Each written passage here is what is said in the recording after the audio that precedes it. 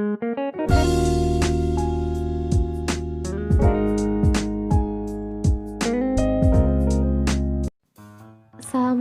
warahmatullahi wabarakatuh. Hai, bertemu lagi dengan saya, Ayuni Puspitasari, dalam mata kuliah Fisiologi Tumbuhan yang diampu oleh Ibu Wirini Kurnia Fitri MSI.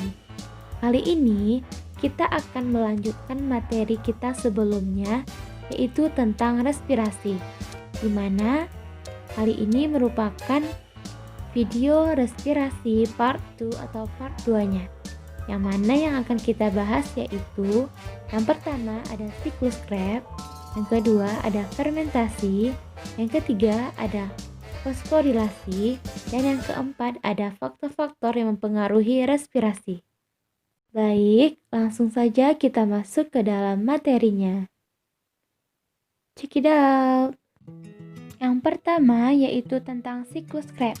Siklus Krebs atau siklus asam sitrat atau asam triboksilat merupakan serangkaian reaksi yang mengolah asetil-CoA dari glikolisis glukosa dan hidrolisis beta asam lemak untuk menghasilkan energi langsung berupa ATP atau GTP dan elektron berenergi tinggi dalam bentuk NADH dan FADH2.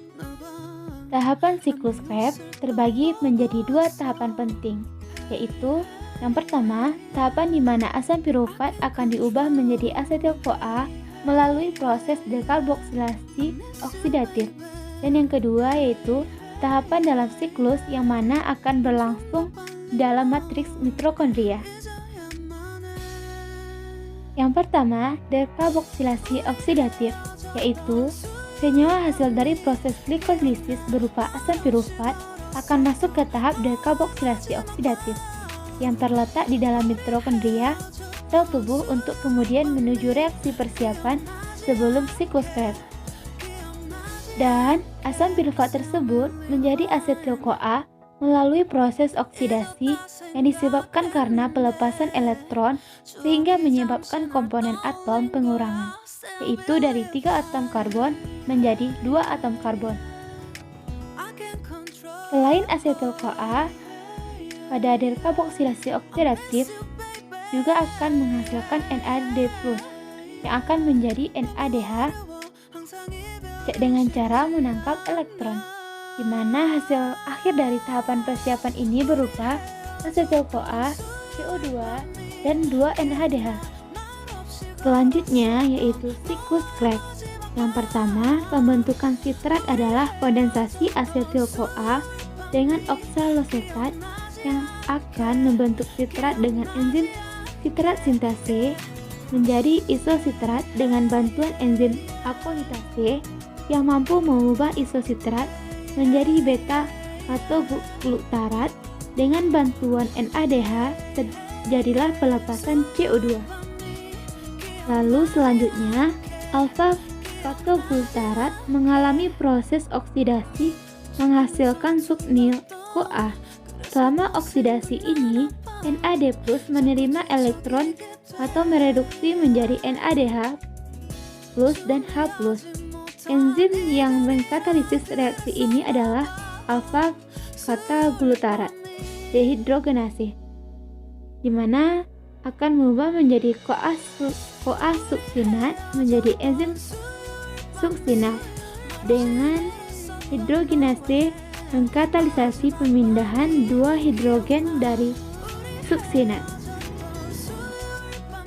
Dan selanjutnya adalah proses hidrasi, yaitu proses ini menyebabkan terjadinya penambahan atom hidrogen pada ikatan karbon C sehingga akan menghasilkan produk berupa malat oksasetat, yaitu menghasilkan enzim malat dehidrogenase oksalosetat. Inilah yang akan menangkap asetil-CoA sehingga siklus Krebs dapat terus terjadi. Hasil akhir dari siklus Krebs yaitu di mana jumlah energi atau ATP yang dihasilkan dalam siklus Krebs adalah 12 ATP. 3 NAD+ sama dengan 9 ATP, 1 rumpon sama dengan 2 ATP dan 1 ATP sama dengan 1 ATP. Yang kedua yaitu kita bahas tentang fermentasi. Fermentasi adalah proses produksi energi dalam sel tanpa membutuhkan oksigen.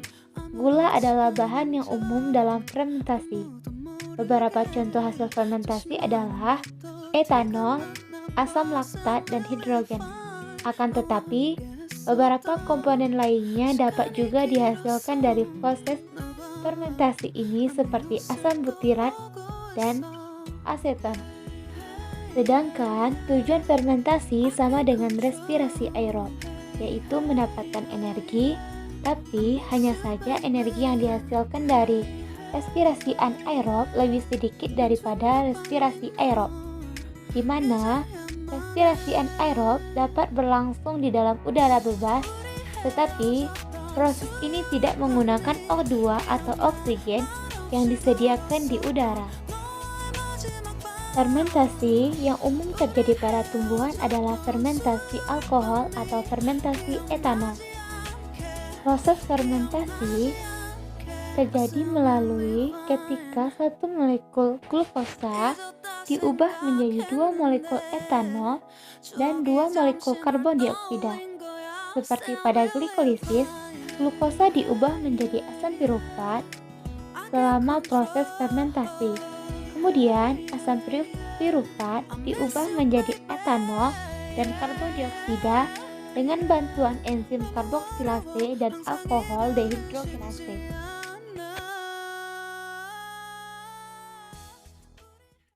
Yang ketiga yaitu tentang fosforilasi.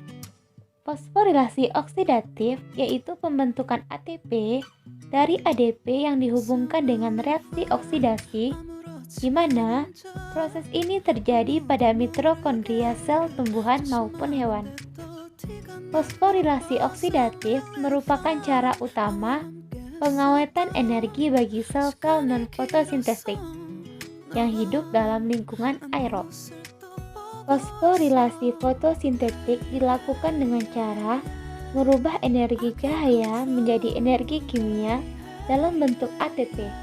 Proses ini terjadi pada tumbuhan hijau yang melakukan proses fotosintesis. Respirasi sel tumbuhan merupakan oksidasi molekul organik dengan menghasilkan energi ATP atau proses pemecahan glukosa dengan menghasilkan energi ATP. Reaksi respirasi glukosa secara keseluruhan adalah C6H12O6, 6O2, 6CO2, 6H2O, dan 38 ATP atau 686. Sejumlah energi yang sama akan diperoleh dengan cara membakar glukosa sampai menjadi CO2 dan H2O yang menghasilkan energi berupa panas, di mana fungsi utama respirasi sel adalah menghasilkan ATP yang sangat berfungsi dalam proses metabolisme lainnya di dalam sel.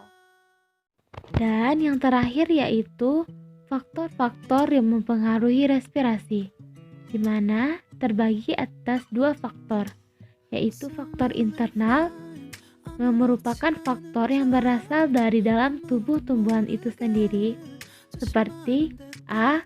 Jumlah plasma dalam sel, di mana jaringan-jaringan meristematis muda memiliki sel-sel yang masih penuh dengan plasma dengan viabilitas tinggi yang biasanya mempunyai kecepatan respirasi yang lebih besar. Yang kedua yaitu jumlah substrat respirasi dalam sel, di mana tumbuhan dengan kandungan substrat yang sedikit akan melakukan respirasi dengan laju yang rendah pula. Yang ketiga yaitu umur pada tipe tumbuhan, di mana respirasi pada tumbuhan muda lebih tinggi daripada tumbuhan yang sudah dewasa atau lebih tua. Selanjutnya yang kedua yaitu faktor eksternal, adalah faktor yang berasal dari luar sel atau lingkungan yang terdiri atas yang pertama ada suhu. Pada umumnya dalam batas-batas tertentu, kenaikan suhu menyebabkan kenaikan laju respirasi. Faktor eksternal lainnya yaitu kadar O2 di udara, kadar CO2 di udara, kadar air dalam jaringan, cahaya, luka dan stimulus mekanik, serta garam-garam mineral. Baiklah, itulah tadi materi kita tentang respirasi part 2. Saya Ayuni Puspitasari, mohon maaf jika ada salah kata. Saya sudahi dengan wabillahi taufik wal hidayah. Assalamualaikum warahmatullahi wabarakatuh. Terima kasih.